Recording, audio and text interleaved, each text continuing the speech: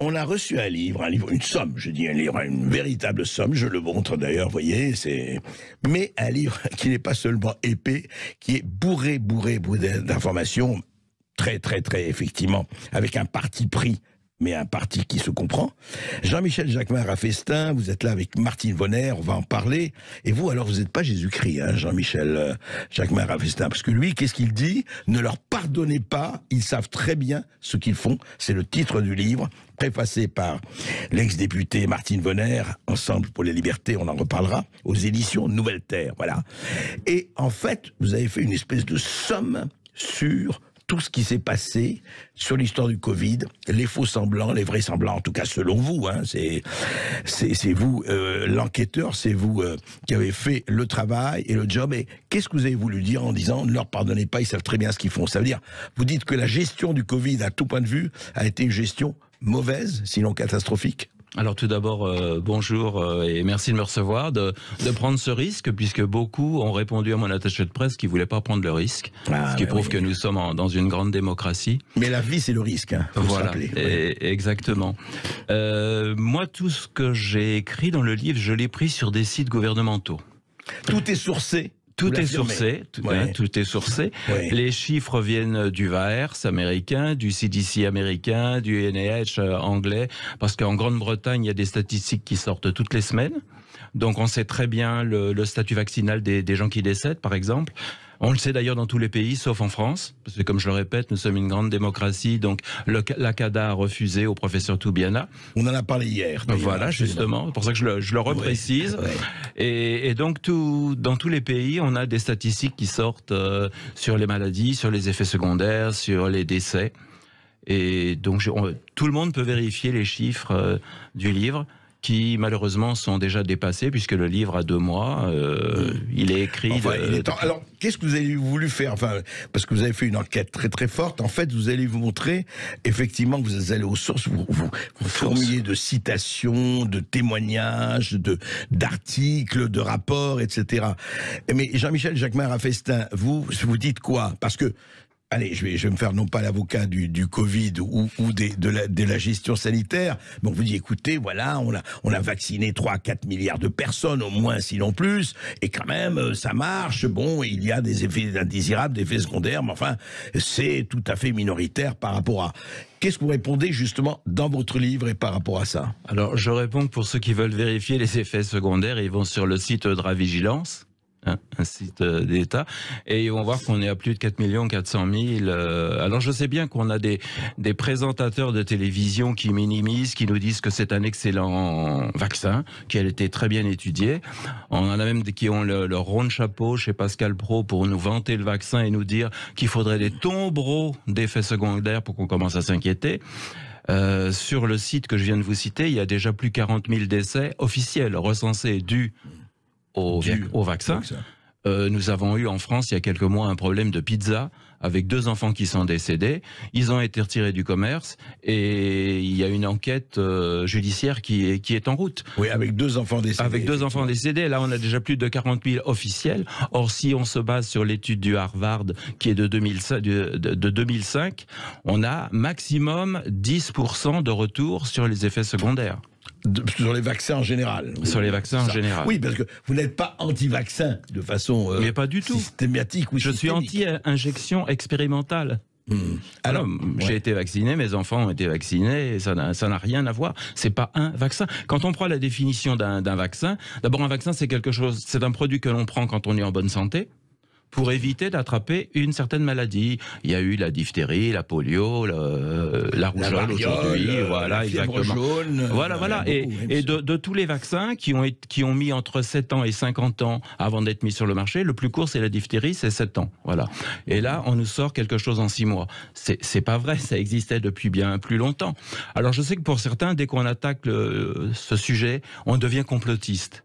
C'est vrai qu'il y a des complotistes dans l'affaire. Moi, je voudrais savoir... Qui sont les vrais complotistes et les vrais comploteurs. Voilà.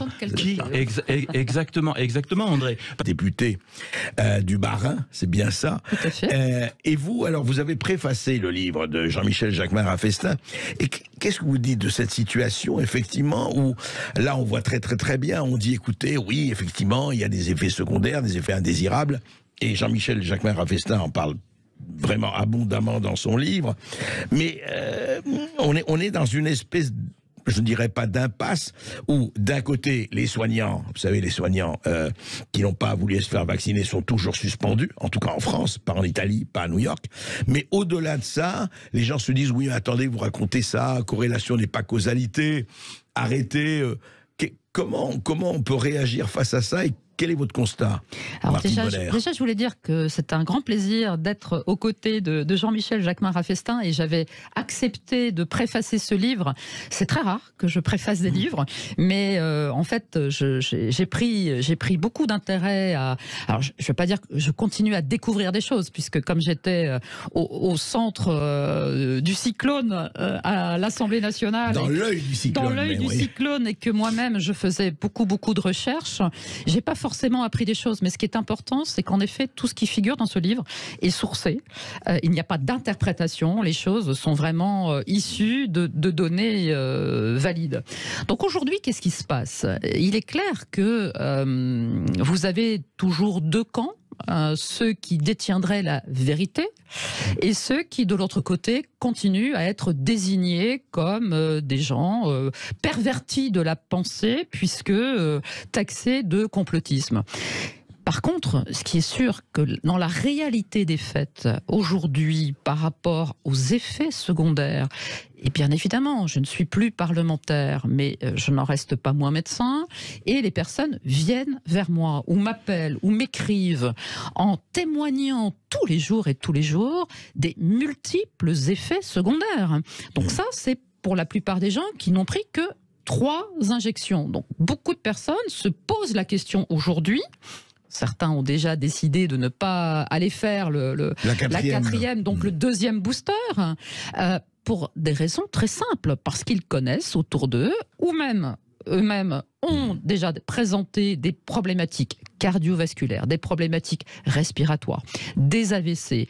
On parle beaucoup des myocardites, bien évidemment. On sait aujourd'hui que dans la balance bénéfice-risque, surtout chez les jeunes, il ne faut surtout plus conseiller aux jeunes adultes d'aller se faire vacciner.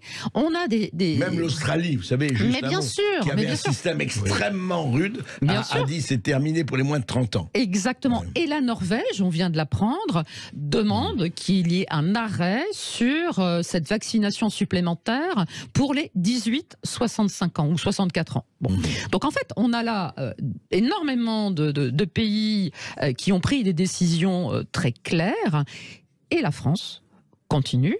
La France n'est pas capable de faire un moratoire. Je me souviens déjà en 2021, quand il y avait eu le AstraZeneca et toutes les problématiques de thrombose, j'avais envoyé un courrier par recommandé au ministre de la Santé, Olivier Véran, pour qu'il y ait un moratoire. L'idée, encore une fois, j'en profite toujours d'être sur une antenne pour dire... Je ne suis pas anti-vaccin, j'ai voté les 11 vaccins en 2018. J'ai voté pourquoi? Parce que les 11 vaccins devaient repasser en vaccins recommandés dès 2021. Une fois de plus, ce gouvernement a menti. Mais aujourd'hui, face à ces explosions d'effets secondaires, on ne peut pas rester les bras croisés. Il faut continuer à apporter les chiffres de façon valide, de façon solide, pour faire comprendre à la population qu'il y a un véritable risque que chacun doit avoir en toute connaissance de cause, et donner son consentement éclairé, ce qui n'a jamais été fait, encore une fois, pendant cette campagne de vaccination. Et on sait aussi, puisque à Strasbourg, je suis très proche des députés européens, on sait à quel point ils sont toujours en train de ramer pour obtenir la bonne visibilité sur les contrats. On a eu Michel Rivasi qui nous a expliqué, on a effectivement les contrats déjà anticipés. Tout à fait. Mais les autres contrats, les vrais contrats qui ont été passés entre Ursula von der Leyen et Albert Bourla, pour ne parler que de lui. Alors, Ça, est-ce qu'on peut parler de contrat quand il s'agit de petits SMS envoyés dont on aimerait connaître enfin la teneur, mais il est clair que les contrats anticipés sont là, ils sont effrayants. Hein. Quand on les lit à chaque ligne, on s'aperçoit que on ne parle pas du tout de protection de la population mondiale, mais on parle de protection de Pfizer et autres. Donc aujourd'hui, c'est cela qui intéresse. Alors justement, Jean-Michel Jacquemin-Ravestin, vous avez donc effectivement fait, encore une fois, je le répète, un livre somme là-dessus. Vous parlez de Robert F. Kennedy, Bill Gates et compagnie. Et en fait, si vous aviez à résumer cela, évidemment, je renvoie au livre et que je recommande. En tout cas, il faut, quelles que soient vos positions, ce n'est pas pro-vax ou anti-vax, c'est se renseigner. C'est encore une fois, je le répète 10 fois, je le radote, avoir question à tout. Alors, vous en concluez quoi en synthèse? C'est-à-dire qu'il y a eu véritablement pour vous, en tout cas, une espèce de, encore une fois, c'est pas un complot, mais une espèce d'intention de dire, il n'y a pas de traitement, il n'y a que des vaccins, circuler, il n'y a rien à voir, et on y va. Pour moi, c'est une pandémie. Une pandémie. Une pandémie. La plus manipulée de l'histoire. Ça sera historique. Nous avons subi des mensonges à flot continu de présidents, pas que le nôtre, hein, les autres pays, de présidents, de ministres, de cabinets ministériels, d'officines de santé, d'organismes mondiaux de la maladie et non de la santé. Il y a une lobotomisation des peuples totale pour les terroriser et les forcer à prendre cette injection. À cette échelle mondiale, vous dites que c'est une première ? Oui, à cette échelle. À cette échelle. Oui, c'est vraiment une première. Alors qu'il y avait des médicaments qui soignaient l'ivermectine, l'hydroxychloroquine. J'y reviens, mais j'insiste parce que si on prend la revue de virologie, et j'ai mis la photo dans le livre, du 22 août 2005, 2005, il y a un article qui dit que l'hydroxychloroquine est un excellent inhibiteur du coronavirus. Mais le coronavirus n'existait pas à l'époque. Si, l'autre, le SRAS, le premier. Ouais. Vous avez en Inde, j'ai beaucoup vécu en Inde, la numéro 2 de l'OMS, Srinath Swaminathan, a interdit l'ivermectine en avril 2021. L'Inde, ce sont des États comme aux États-Unis, c'est des États fédéraux, c'est-à-dire chaque État est libre de sa politique sanitaire. Vous avez 2 États au sud qui ont effectivement interdit l'ivermectine, le Tamil Nadu et le Kerala. Le Kerala ne représente que 3% de la population indienne. Au 31 août de la même année, 3 ou 4 mois après, il avait 50% des cas de Covid en Inde. Au nord, l'État du Uttar Pradesh, 240 millions d'habitants, les 3/4 de la population des États-Unis, ils avaient à la même date 199 cas. Parce qu'ils ont soigné tout le monde à l'ivermectine, ils ont distribué l'ivermectine à tout le monde. Et d'ailleurs, c'est très surprenant parce que l'OMS a félicité l'Inde pour ses résultats. Aucun des journaux n'en a parlé, hein, que ce soit des journaux français, des journaux américains. Personne l'a su. Même chose un peu pour l'Afrique, vous parlez aussi de l'Afrique. Oui, bien sûr, mais on voit les statistiques. J'ai un graphique avec les statistiques des différents pays, et les 2 qui sont en bas, c'est le continent africain et le sous-continent indien. Oui, c'est quand même assez parlant. En tout cas. Mais il y a mieux, André. Prenons Haïti. Haïti, 11 632 000 habitants au 22 juin de cette année. Haïti, oui. Haïti. Oui. Ils ont 1,4% de la population qui est vaccinée. Ils ont eu 739 décès. 1,4%, c'est tout, de vaccinés. Voilà, exactement. Ouais. Et Haïti, ce n'est pas le pays le plus développé de la planète. C'est des chiffres récents, puisque je les ai rajoutés au dernier moment dans le livre. Ouais. Oui, c'est vrai que ça pose des problèmes, et en tout cas, ce qui est étonnant quand même, Martine Vonner et Jean-Michel Jacquemin-Ravestin, ce qui est étonnant, c'est la manière dont on a été tous, enfin, si je me suis vacciné, tout ça, on a été tous en disant, oui, mais attention, si on ne le fait pas, on va mourir. C'est la peur qui a joué. Alors, on a eu un phénomène qu'on n'avait jamais connu, en tout cas en France, ce confinement strict généralisé, qui a complètement figé l'État français, mais figer les citoyens dans cette peur, puisqu'on avait en permanence l'État représenté par Jérôme Salomon, on s'en souvient, qui venait dénombrer Tous les soirs les morts. Et il y a toujours eu, depuis très longtemps, depuis Pasteur, depuis les différents vaccins, cette espèce de pensée magique, de croire que le vaccin est là et va sauver tout le monde. Et monsieur Jacquemart Rafestin l'a très très bien dit. On se vaccine en dehors d'une épidémie. J'ai fait de la santé publique. On ne se vaccine pas en pleine épidémie. Et dès le début, souvenons-nous, je crois que c'était dès le mois d'avril 2020, le président Emmanuel Macron a déjà, dès ce moment-là, déjà évoqué le vaccin qui allait arriver et qui allait sauver tout le monde. Et la menace était laquelle? Était, attention, si vous ne vous vaccinez pas, on va reconfiner. On va reconfiner le pays. Et pour bon nombre de personnes, ça a été tellement traumatique que ce n'était pas possible que de ne pas aller se faire vacciner. Donc il faut continuer à se poser coûte que coûte des questions pour alimenter le débat. Et aujourd'hui, dans toutes ces maladies, encore une fois, le cancer qui explose, des formes de tumeurs du jamais vu, d'après les cancérologues. Oui, mais ils vous diront toujours, justement, je voudrais demander, je vous interromps, Jean-Michel Jacquemart Rafestin, mais on vous dira toujours oui, mais corrélation n'est pas causalité. Vous ne prouvez pas que c'est dû au vaccin. Oui, eh bien, trouvez-moi quelqu'un qui n'est pas vacciné, qui fait des arrêts cardiaques en faisant du football. Nous avons actuellement une quantité phénoménale de jeunes qui meurent sur leur terrain de foot. Là, samedi dernier, un jeune Stéphanois, Ibrahim, 19 ans. La semaine d'avant, c'était un Loïc, 18 ans. C'est toutes les semaines des jeunes sportifs. Même la Fédération française de football s'en est inquiétée. Vous avez 900 et quelques des sportifs qui sont décédés. Et ceux-là étaient tous vaccinés. Tous vaccinés. Bien sûr, vous ne pouvez pas jouer au foot si vous n'êtes pas vacciné. Oui. Moi, à La Réunion, à Saint-Pierre, l'entraîneur de foot, il a arrêté. Il a dit, je fais plus d'entraînement. J'ai deux jeunes qui sont tombés, j'en aurai pas 3. On a un jeune de 17 ans devant son lycée, arrêt cardiaque, pareil. Mais pour en revenir à ce que l'on disait sur les décès, on a 180 000 décès par an dus à l'obésité en France. On a 140 000 décès dus à des cancers. Qui se rappelle le mois de janvier 2017? Ça, c'est des chiffres de l'INSEE que je vais vous donner. 67 000 décès de la grippe, rien qu'en janvier 2017. Si vous allez sur l'Institut John Hopkins aujourd'hui, je ne l'ai pas fait aujourd'hui, mais je l'ai fait la semaine dernière avant de venir, il y avait officiellement 157 000 décès du Covid en 2 ans. Oui.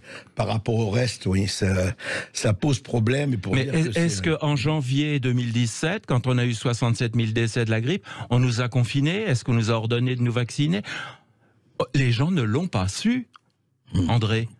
Les médias n'en ont pas parlé, les gens ne l'ont pas su. Oui, c'était un non-événement. C'était un non-événement. Je voulais juste rajouter que cette semaine, j'ai été assez surprise, mais heureuse de voir que le Washington Post écrivait en gros titre, en effet, parlait aujourd'hui des décès aux États-Unis. Oui, et qu'il n'y avait plus de décès de vaccinés que de non-vaccinés. C'est le titre du Washington Post, qui n'est pas un organe complotiste que je sache. En tout cas, pas reconnu comme tel. Donc moi, je rêve que le Figaro ou autre Libération ou autres journaux titrent cela de la même façon en France. Mais malheureusement, en France, soi-disant, nous n'avons pas les données chiffrées, donc d'impact. Et aujourd'hui, arrêté à fin septembre, les États-Unis ont un excédent de décès de 352 000 personnes.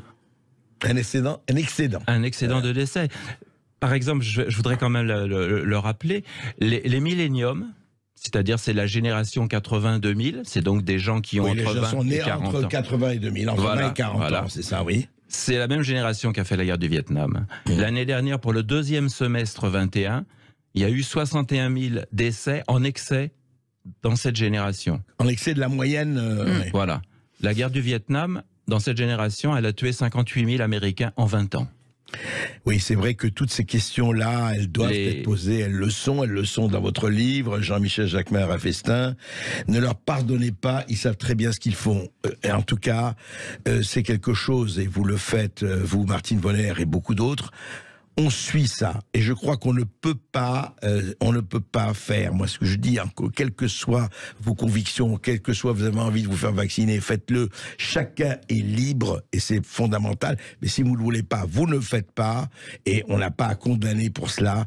Mais surtout, franchement, c'est inadmissible de faire l'omerta sur une quelconque dimension. Ça, ce n'est pas possible.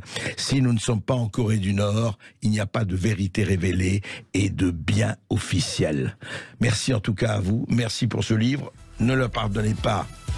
Ils savent très bien ce qu'ils font. Martine Vonner. Merci pour cette liberté d'expression. Merci beaucoup.